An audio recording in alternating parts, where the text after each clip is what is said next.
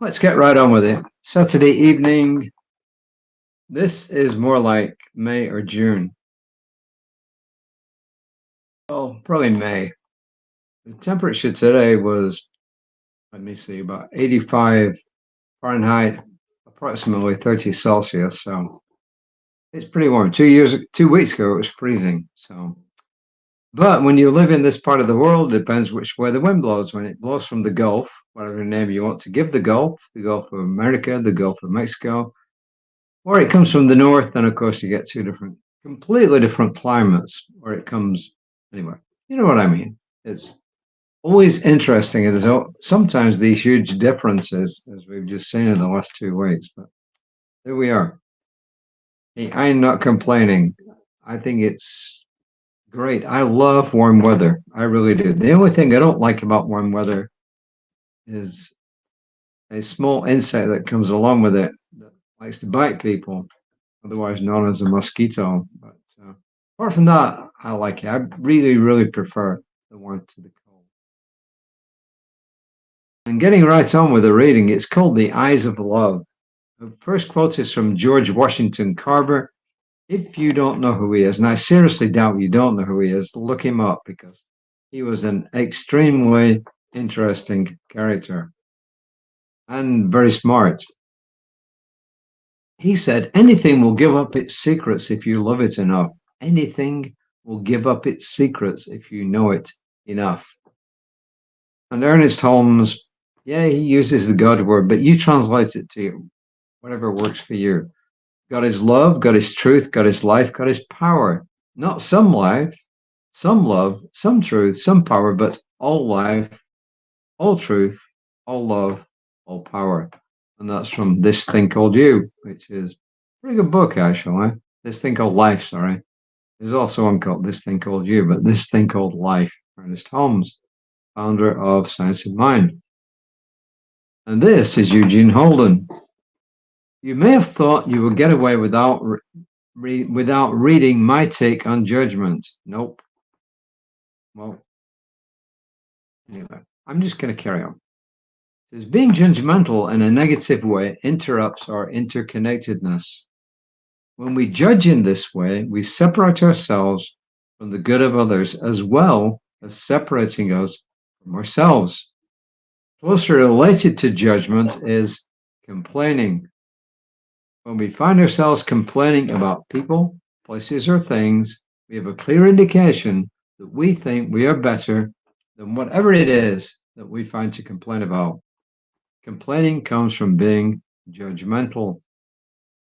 I work in an office, this is Eugene, I work in an office that allows me to practice what I believe in a way that I had not expected before taking the position. Long story short, I work in an office where people complain a lot, all day long. I soon realized I was complaining about the complainers. What a revelation. Who am I to judge people who complain? What did I do? I began to see my coworkers through the eyes of love. Love never complains. Love accepts what is. Did this decrease the amount of complaining? Not at all. What it did, though, was bring me to a place of compassion. It brought me back to the truth that right where my brothers and sisters are, God is. Today, see through the eyes of love. I think to some extent all human beings are, no, let me rephrase it. I think to some extent most human beings complain about something, whether it's the weather, other people, the economy, the election, the football game, whatever it is. He talks about two things here, though. He talks about complaining, but he also talks about judgment. So it's probably a good time to point out the difference between discernment and judgment, or observation and judgment. If you're driving along and the light changes to red and you think, why on earth did it do that? Or you're driving behind somebody who's driving slowly, which I was a few times today. Why are they driving under the speed limit? What is wrong with them?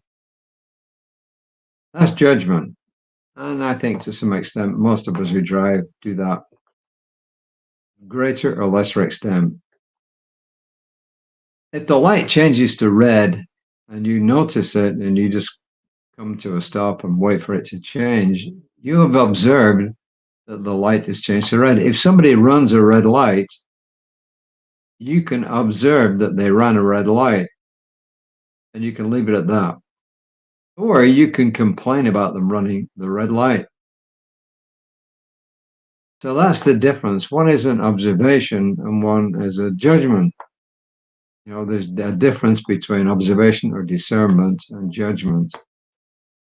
And obviously what he's talking about here today is the judgment part of it, the complaining of the judgment. How do we get beyond this? Well, there is that phrase that my wife has often used a lot, which we read.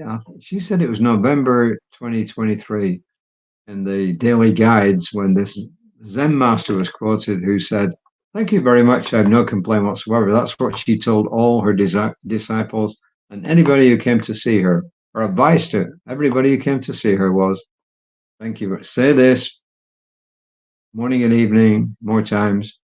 Thank you very much. I have no complaint whatsoever." And it's amazing if you start doing that.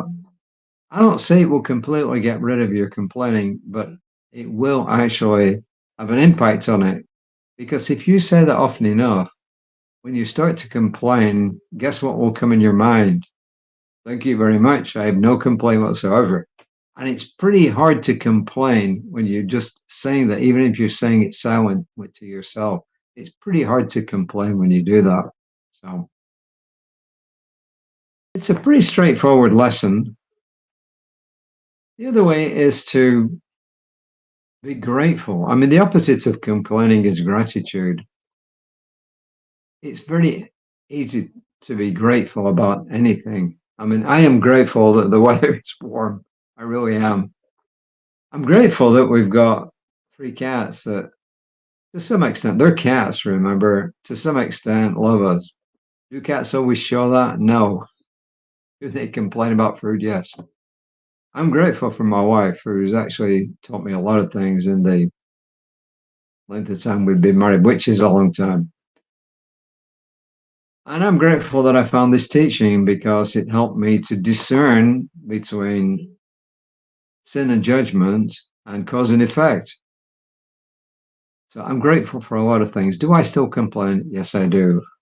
What do I do when I catch myself complaining? I do my very best to stop and think about what I'm grateful for. But like everybody else, I'm human and I fall down. But I'm on the road, on the path, ultimately, hopefully, to not complaining. So I think it's a pretty good lesson today, don't you? You know, whether you agree with the way he explained it or not is irrelevant. It's a good lesson. Judgment, complaining. Hey, let's get rid of them. So let's see what he gives us by way of affirmations to get beyond that. Well, he says, I choose to see through the eyes of love. Everything I see is the one manifesting as the all. Everything I see is the one manifesting as the all. But you could just say the Zen Master one. Thank you very much. I have no complaint whatsoever. Thank you very much. I'm grateful for everything I have. So you pick, you choose. And tomorrow morning, how about this? Reverend Lisa, 9:15-ish, Creative Life Spiritual Center, 11 a.m. I will be back with my announcements because I finished the class I was helping teach for the last 2.5 weekends. Let's just leave with this. Most of us on this planet have got a lot to be grateful for. I admit there are people who are in real dire circumstances, either because of nature or because of other people. But let's face it, most of us, at least in this country or similar countries, really have nothing to complain about. We have a lot going for us, and we live better than royalty did centuries ago. We really, really do. We have air conditioning, we have heating, and they didn't have a lot of those things. Here we are. That's all I got to say. So until next time, namaste.